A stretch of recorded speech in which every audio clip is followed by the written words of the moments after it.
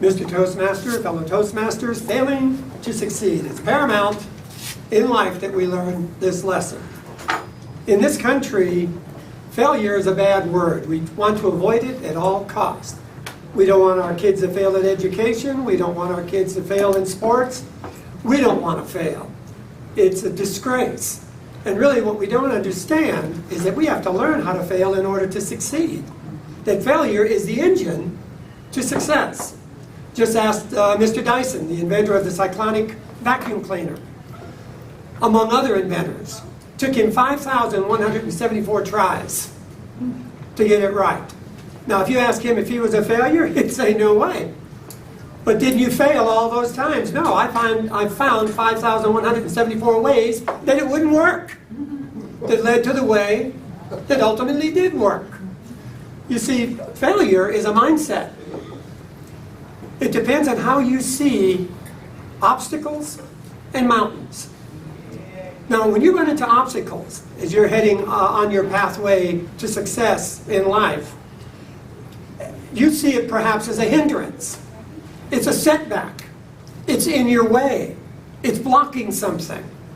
And truly it isn't, is it? It's guiding you to your destination. Many of you left your houses today or someplace to make it over here to 4th and Vine. The first streets you hit, was it 4th or Vine? How about 2nd Street? 3rd Street? Finally, by the time you get to the 4th Street, you're done for.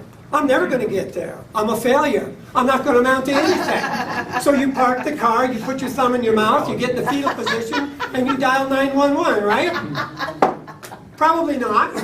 You understood that these streets were taking you to where you needed to go. It was going to take you to your destination. Same way it is in life. What about those mountains? Sometimes they'll come in like you were talking about, boom! Land right in the middle of your path, and you go, we're breathless, what am I going to do? I'm going to turn around and go back? It's too far to go around. This mountain is blocking my path. It's not blocking your path. Mountains are to be climbed, causing you to rise above your circumstances. But there's two types of mountain climbers. There's the wall hugger, and there's the edge walker. You see that wall hugger, he's kind of like this. Yeah. He gets so far and he's scared to death. He's taking baby steps. After a while, he don't want to go too far up. He don't want to go back down. He's paralyzed. Matter of fact, he says he spends so much time thinking about failing, he becomes a failure. The edge walker's different. That's the one that's going to write a book. Living on the edge and enjoying the view. You see, he'll see where he's been. He'll see where he is.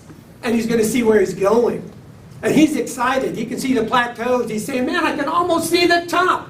Come out here and see it. But the wall hugger says, I can't take the chance.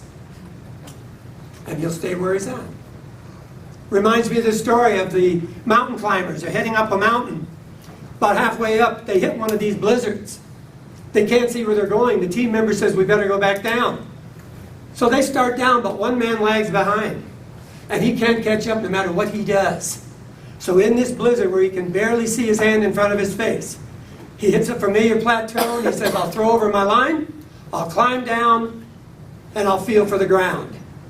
Well, he goes down that rope about 30, 40, 50 feet, feeling all the way down. Finally, he's at the end of his rope, and he's stretching his foot as far as he can, but there's no ground. There he is, in the middle of a blizzard, stranded. So he says a short prayer, like we always do when we're desperate. We rub the Bible like it's a little genie, and we're going to get our wish. Yeah. So he hears a small voice that says, let go of the rope. But a stronger voice says, are you crazy? Do you realize where you are? That could be a 1,000-foot drop. You're going to fall to your death. You're going to die. Stick with the rope. It's right there in front of you. You can feel it. You can touch it. You can smell it. It's a friend. It's familiar. Stay with it. And so he does. When the storm passed, the team members went up to look for him and they found him. Still clinging to that rope, frozen solid. 6 feet above the ground. They would have taken him to safety. So what do we learn from a short presentation like this? 3 things. Obstacles are there as guideposts to lead you to your destination. They don't block or hinder your pathway in life. Mountains, they're to be climbed to get a different perspective, a different point of view, to take you above the circumstance that you're in. And finally, we learn that to find success, we often have to let go of the rope. Mr. Toastmaster.